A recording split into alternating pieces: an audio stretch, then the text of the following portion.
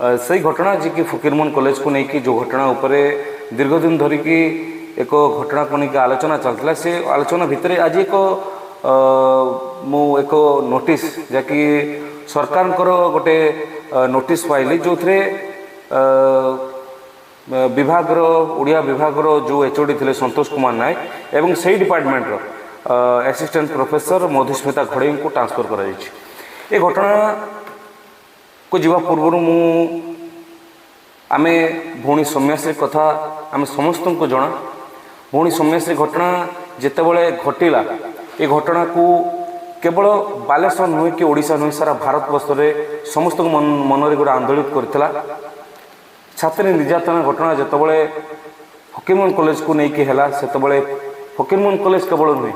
सारा बालेश्वर जिला मध्य निंदित होता। ये घटना मनोर नलिबुण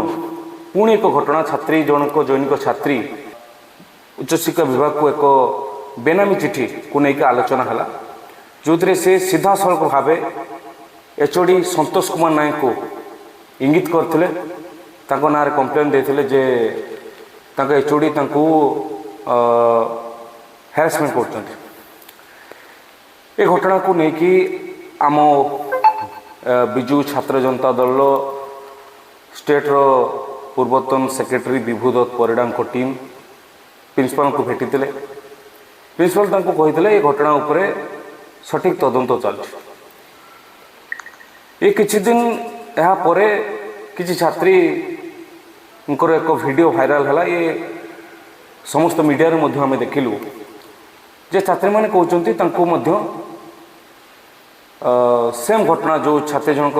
जो भाई भाव में लिखी उच्च शिक्षा विभाग को जनई सेम घटना से मध्य छात्री माने कहले